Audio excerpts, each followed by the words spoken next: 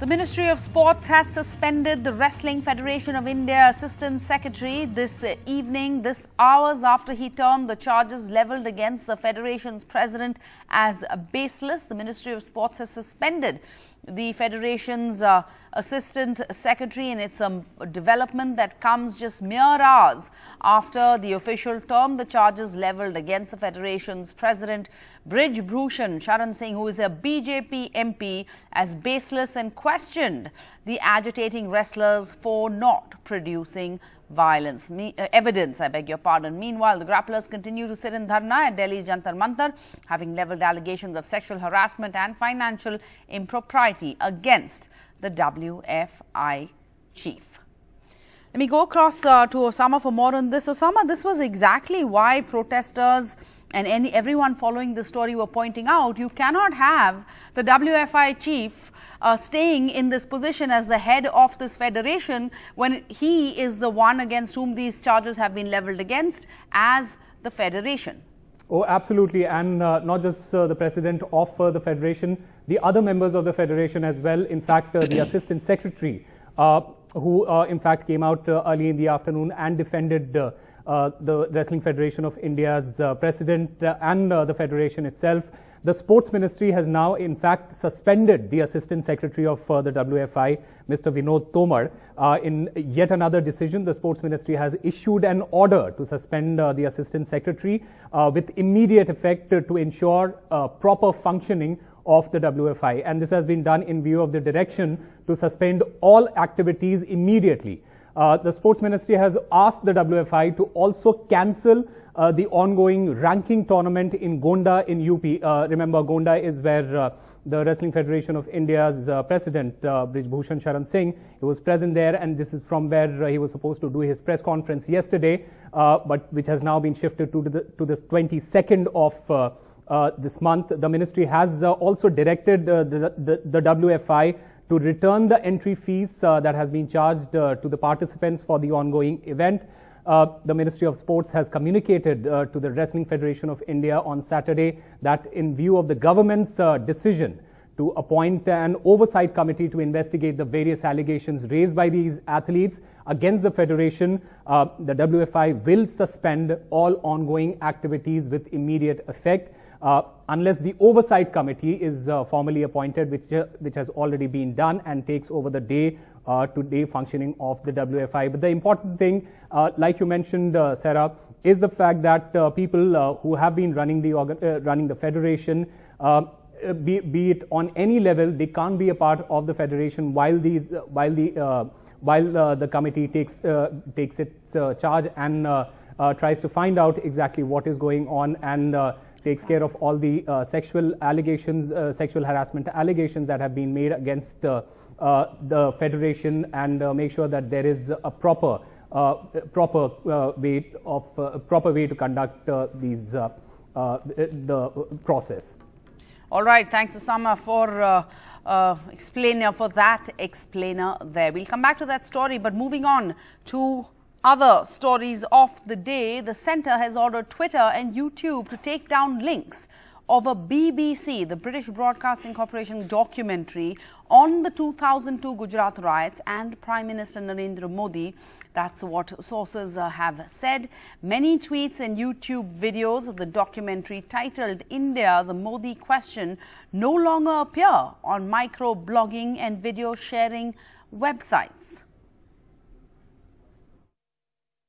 Well, the Ministry of Information and Broadcasting has issued directions to block the first episode of the BBC documentary, India, the Modi Question. YouTube and Twitter are the social media platforms which have been asked by the government, directed by them in fact, to take all the links of the documentary down. In the past, of course, the government did not react well to the BBC documentary on Gujarat riots, and they said that it is a propaganda and in fact it shows a colonial mindset. And now they have in fact issued directions. They have used their emergency powers under the IT rules 2001. This particular rule gives government a special power to block information in cases of emergencies. They have now invoked it, and it has also come at a point where many eminent personalities, including retired judges, including retired bureaucrats, and in fact armed forces officials as well, they have written to the government against the BBC documentary. So let's see how BBC reacts to it, because there were in fact more than 50 Twitter posts which had the link to the YouTube video of the documentary that have also been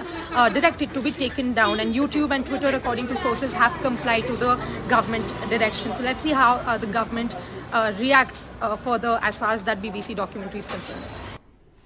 And big tech companies that profit by funneling news into their search results and feeds must give a fair share of revenue to publishers. That's what the government has now said, citing a need to address the, quote, imbalance in the relationship between the two. The Information Technology Minister, Rajiv Chandrasekhar, emphasized the importance of this issue for the future of journalism and the financial health of the news industry. He was addressing a conclave addressed by the Digital News Publication Association, that is an umbrella organization of 17 leading Indian news publishers, including NDTV. There are certain issues in the way the internet has evolved, where the power of digital advertising with ad tech platforms controlling more and more of this digital platform, digital advertising revenues and monetization revenues, that there is a deeply inbuilt imbalance into that whole dynamic of content creation and content monetization that leaves the small guy at a disadvantage, and is really not the right thing for a country like ours, where we have potentially hundreds and thousands of creative content creators and many true hard value driven truth driven content creators in the news segment. And there's been yet another terror attack in Jammu's Narwal. I beg your pardon. At least 7 people have been injured in twin blasts in Jammu's Narwal. A blast that took place just about 60 kilometers from where the Bharat Jodo Yatra was passing. Security has been increased since then.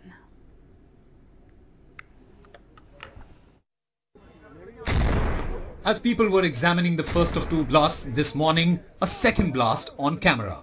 Twin blasts within 20 minutes. At an automobile repair market in Nawal in Jammu, in what the police now say were terror blasts. Explosives were kept in scrap cars. Several people have been injured. यहाँ पर हम खड़े हैं, yard number 7 है, और एक blast के बाद दूसरा ब्लास्ट जो है लगभग 20 मिनट के बाद हुआ है। रिंग के लिए आई हुई थी, उस पे हुआ है, और दूसरा ब्लास्ट जो हुआ है वो एक यंग गाड़ी पड़ी हुई थी, डैमेज गाड़ी थी, उसमें हुआ है, वो एक कबाड़ी के पास थी। ये दोनों ब्लास्ट जो हैं इनमें कम से कम 20 से 25 मिनट का फर्क था। Clearly a terror attack. Lieutenant Governor Manoj Sinha has been briefed by the police, and he has urged police and the security forces to identify the culprits and bring them to justice. Twin blasts have taken place at a time when Bharat Jodo Yatra has entered Jammu and Kashmir, and it will resume after a daybreak today. It will resume from Chadwal, which is like 60 kilometers from here. The blasts, which occurred 60 kilometers from where Rahul Gandhi was today, raised concerns over the security of the Bharat Jodo Yatra, which entered Jammu. After a day of rest today, the Yatra will resume tomorrow from Chadwal. Jammu and Kashmir's Lieutenant Governor Manoj Sinha has asked the police to identify the culprits. In a statement to security forces, he said, "Such dastardly acts highlight the desperation and the cowardice of those responsible. Take immediate and firm action. No efforts should be spared to bring the perpetrators to justice." After the recent targeted attacks on Hindu families in Rajouri, Home Minister Amit Shah has given 3 months to security forces to formulate a robust security mechanism to keep Jammu safe from terror attacks. Twin blasts here at Narwal in Jammu is a chilling reminder that Jammu is increasingly high on terror radar. The blasts have also raised concerns over security of Bharat Jodo Yatra. With Nazir Masoodi, Usama Shah for NDTV. All right, let's go across to other news. And clashes broke out between the ISF and TMC workers on the outskirts of Kolkata, with stone pelting between the two sides. The police had to use force to disperse the protesters. Police have made some arrests, and there have been injuries on both sides. The police also came under attack from protesters in Kolkata's Esplanade area as well. There have been reports of country bombs being hurled during the clash in Bhangar. Police had to fire tear gas to control the protesters.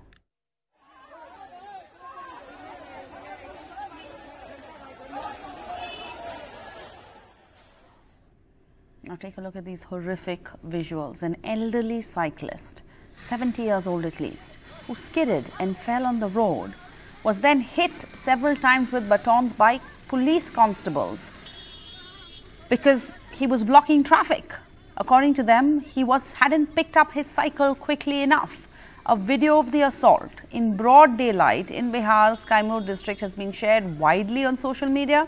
The gentleman being beaten brutally by these police officers is Naval Kishore Pandey. He's over 70 years old. He's been a teacher for 40 years. And he was reportedly going home after teaching some children at a private school when his bicycle skidded in a busy area just about some 200 kilometers from the state capital Patna. This led to a traffic jam behind him. Soon 2 constables came up. They asked him to remove the cycle amidst the honking behind him. Mr. Pandey struggled to lift the cycle and then he was hurled with abuses and then had to try and shield himself as several blows land on his hands. He's pleading with them to let him leave, but these 2 women officers, constables, continue to hit him and shout at him. And the Bihar police have tweeted that they are taking action against these 2 constables. We're going to go in for a short break. There's more on the other side.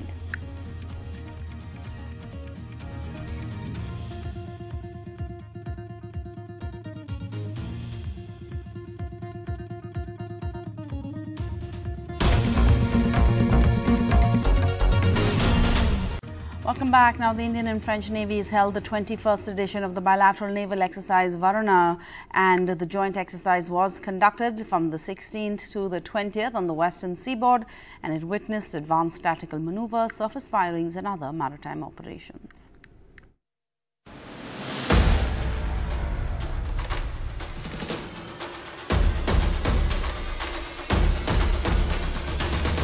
The Indian flag on the majestic French flagship Charles de Gaulle, deployed in the western coast of India.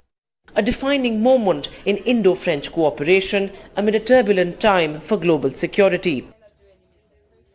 The Indian and French navies concluded their 5-day-long bilateral exercise in the Indian Ocean. The annual event assumes renewed importance this year given the Ukraine crisis and turmoil in neighboring Taiwan. We saw during this Varuna exercise that we have the same skills for learning fighters on carriers. And the Vikrant will use also the same method to learn its fighters on its single deck. The main difference relies on the takeoff. We've been doing this mission on Antares at sea for more than 2 months now. The deck of this nuclear-powered French aircraft carrier can accommodate as many as 30 jets, and takeoffs can happen within a span of 3 seconds. Well, the French and Indian bilateral cooperation is banking big time on this naval exercise Varuna that got concluded today, and this is the flagship of that naval exercise Charles de Gaulle, which is a very strong counter to Chinese aggression growing in the Indo-Pacific. The Grand Charles de Gaulle, just like India's INS Vikrant, is particularly unique. The first non-American carrier vessel has a unique catapult launch system allowing for takeoffs of fighter jets within 3 seconds. Over 250 meter long, with a displacement of 42,500 tons, the French flagship has a capacity of nearly 800 commandos and 500 tons of ammunition. Over 20 marine rafales adorn the deck of the aircraft carrier. I come to you from the hangar of Charles de Gaulle, which is essentially the flagship of the French Navy. Remember, the French Navy has completed a very extensive naval exercise, a bilateral naval exercise with the Indian Navy. With growing Chinese investments and its robust presence in the Western Indian Ocean, the exercise sends out an important strategic message.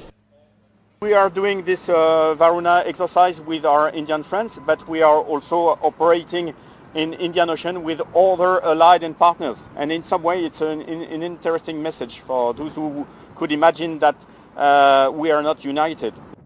Can France emerge as a promising alternative as India looks to diversify suppliers for defense gear and equipment amid the Russia-Ukraine crisis? Well, it's very important that countries that are attached to freedom of navigation, to the rule of law, cooperate together to enforce these values, these freedoms, and because we are stronger when we are together, and that seems to be obvious, but that's really the meaning of this partnership. Both New Delhi and Paris share concerns of a worsening environment in the Indo-Pacific, particularly with the growing Chinese aggression. Well, this can be seen as emblematic of just that. In Goa with camera person Praveen Vedant for NDTV. And new Prime Minister for New Zealand has been chosen by the Labour Party after the shock resignation of Jacinda Ardern on Thursday.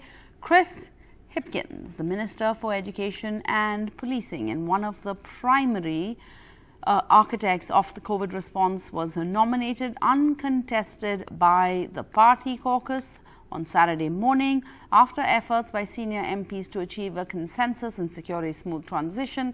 The caucus is due to formally endorse his selection on Sunday.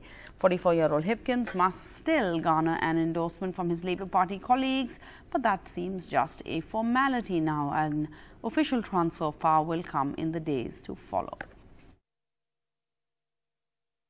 I set out when Jacinda Ardern announced her resignation that I would play my role in working with the Labour team in Parliament to ensure that we strove to reach a consensus about who was best to lead Labour and therefore New Zealand forward.